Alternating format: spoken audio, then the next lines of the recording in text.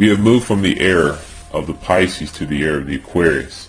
The era of the Aquarius is an era that the elite believe that everything comes together under their new world order. This includes erasing borders, cultural barriers, fighting common enemies, and a world with no distinction between males and females. The elite will continue to use a strategy known as the Cloward and Piven crisis strategy to overwhelm our current system, to collapse it, and to recreate it into a collective society with full control by the global elite. They call it champagne socialism. Champagne for the elite and socialism for you, the people.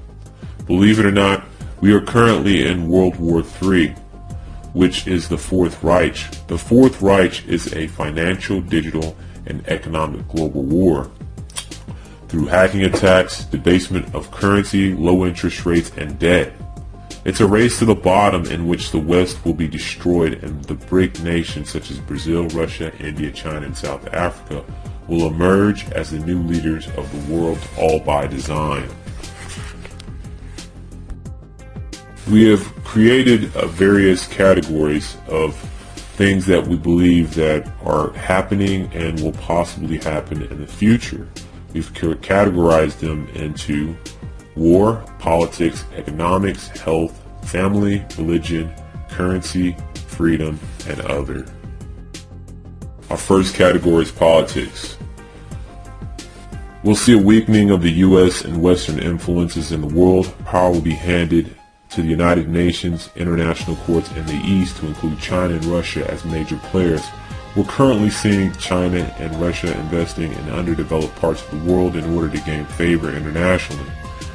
As the U.S. continues to decline, it will continue to lose favor in the world, as the world will be exhausted by the U.S.'s stranglehold on the rest of the world. Power will continue to lean towards the BRICS nations. We'll see more global issues being used as a tool to unite the people against the common enemy. Examples will be climate change, global recessions, massive unemployment, ISIS, immigration, currency crisis, banking crises, global debt, and bond crises around the world. Gun control will be used as a tool to disarm the population so the government can maintain total control in times of crises. Climate change will be used as a tool and as a weapon to turn the people into global citizens and to institute a global tax system through cap and trade or carbon credits. Free education will be offered as a solution to massive debts for new graduates, but will be used as a tool to end self-determination.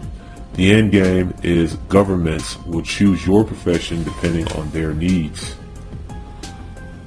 Words like domestic terrorism will be used more and more with the ultimate goal to gain more and more control over the public under the threat of terrorism. The population will decrease in the first world and immigration will increase from the third world. This has been an ongoing plan by the global elite in order to destroy the cultural identity of nations. We will see collectivism being used as a false solution for many of our current problems today. The U.S. will continue to have more scandals related to corruption, both nationally and internationally. The elite are trying to foreshadow America's destruction. Many of the things that were hidden from the people will be revealed. As the U.S. crumbles from debt, scandals, and corruption, and a loss of power, more power will be handed over to the United Nations, China, and Russia, all by design. Republicans and Democrats will agree on policies that steal freedom or increase debt to the American people, but will disagree when a policy is in favor of freedom or curbs debts. The presidential elections of 2016, there might not be a 2016 election due to a crisis situation allowing Obama to stay for a third term. If that is not the case currently, I would say it would be a Jeb or Hillary run, with Jeb over Hillary. I would say it's Jeb specifically because all presidents, with the exception of Martin Van Buren, are related. The only reason I could see Hillary being picked is because she was featured on the front of the banking elites magazine known as Economist magazine. Sorry, Trump, the elites picked the presidents, unfortunately not the people. Our next category is war. ISIS and the growth of ISIS will have more influence in the world. ISIS will continue to be used as a sort of boogeyman in order to scare the population under increased government control and surveillance. Again, ISIS will be used as a tool to unite the world against a common enemy. Eventually, ISIS and terrorism will be turned inward on the people to domestic terrorism as the focus where people will have to prove to the government they are not terrorists. Next category is economics. The TPP, or the Trans-Pacific Partnership, will be used for more corporate agreements with governments to dissolve borders and decrease government regulations for aligned corporations. There will be more unemployment and more government dependency. There will be a slow decline of the West and a rise in the East through a transfer of power, both economic and freedom. You'll see a rise of Bitcoin and digital currencies as the new gold and as a safe haven against banks and governments from seizing assets, negative interest rates, and banker bailouts. We will see real estate, stock market, and bond bubbles bursting and a transfer of wealth from the West to the East. We'll see the Federal Reserve and central banks will be increasingly losing credibility, and a false solution will be offered to the public to transfer power to a global central bank, or peer-to-peer transfers rather than using intermediaries. See the Economist 1988 issue and the October 2015 issues for more information. We will possibly see a continued decline in precious metal commodity prices through global manipulation to discourage investing in commodities as a safe haven. We're not entirely sure about this one. We will possibly see more mass migration of Americans due to massive unemployment to areas of more employment. The term wealth inequality will be used to steal from the upper and middle class portions of society, while the elite will be excluded through certain tax-protected assets.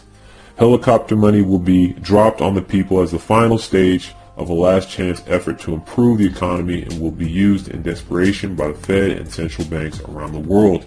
The first quantitative easing policies generally benefited the banks and large corporations, but in the final stage, money will be given to the people in order to blame the people for the possible resulting inflation or downturn in the economy. This category is freedom. The refugee crisis will be used to institute biometrics on the general population, storing data related to facial recognition, fingerprints, eye scan, DNA, and voice print. The threat of terrorism will be the primary mode of gaining this information from the public. There will be more spying and sharing that will be done by multinational corporations with one another as well as with governments. The ultimate goal is to have a global network of sharing of private information under the premises of keeping people safe and secure. I imagine as these networks will become more advanced and synchronized, they will be set up similar to how the Bitcoin blockchain is set up. There will be more false flags and government-sponsored terrorism in order to get the population to give up their rights to the government. Terror attacks will continue to get worse and worse until the elite running the world ultimately get their way, which is total control. There will be restrictions of movement, which will be used as a tool increasingly requiring more biometric data from individuals that are wishing to travel. There will be bank confiscations due to bank insolvency. A portion of customers' deposits will be seized in order to make banks more solvent.